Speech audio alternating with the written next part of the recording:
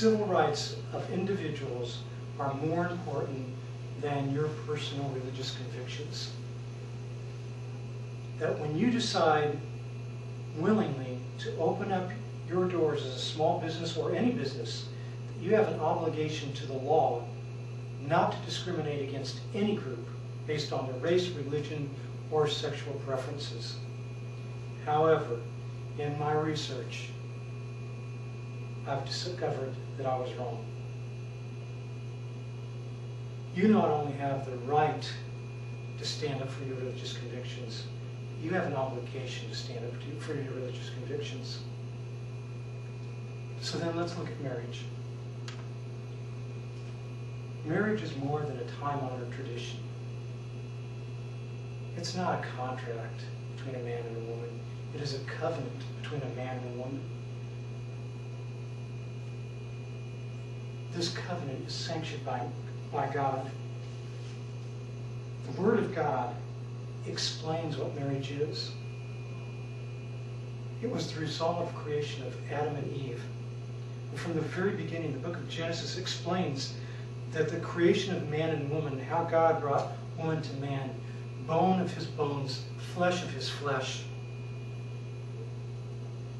Genesis 2:21 says, "Therefore a man shall leave his father and his mother, and shall cleave unto his wife, and the two shall become one."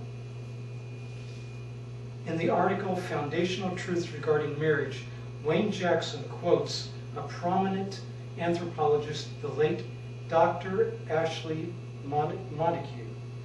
He wrote, "There are no societies in which marriage does not exist." End of quote. So therefore, if marriage is just a part of an evolutionary process, marriage wouldn't be found in every culture dating back to the beginning of time. Jackson goes on to quote other historical records, even from earlier dates. Hammurabi was the sixth king of Babylon in the 18th century BC. Those codes contain 282 laws of the ancient Babylonian Empire.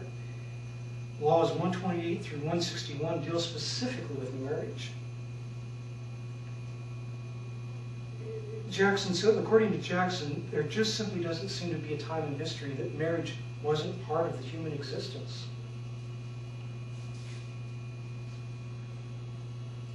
So then now let's look at what man has done to marriage.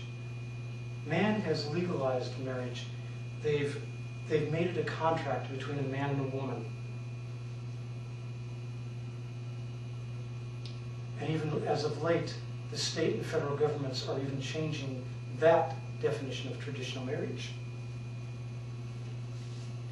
In 2004, Massachusetts became the first state to allow same-sex marriages. Today, as many as 16 states allow same-sex marriages, with Illinois being the most recent.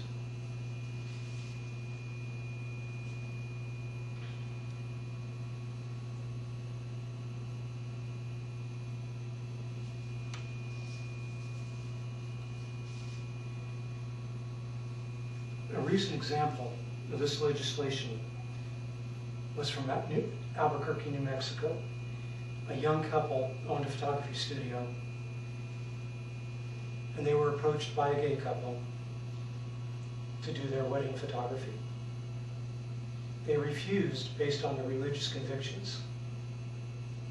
They were sued by this gay couple, and the gay couple won the lawsuit. The couple that owned the photography studio was fined $7,000, and they were told that they had violated civil rights of this gay couple.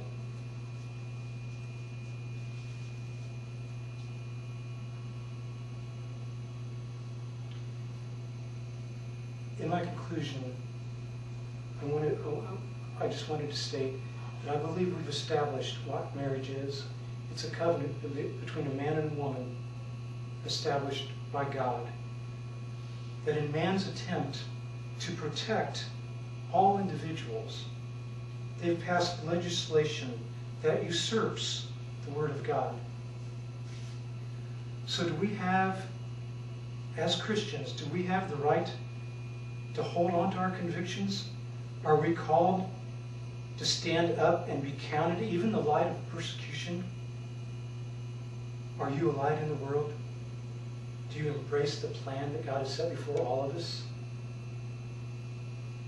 And can we and do we show the love of Christ to everyone, regardless of their race, religion, or sexual preference? I would like to encourage you to search your hearts for the answers to these questions, because times are changing, and we have to be prepared at all times to witness the Word of God.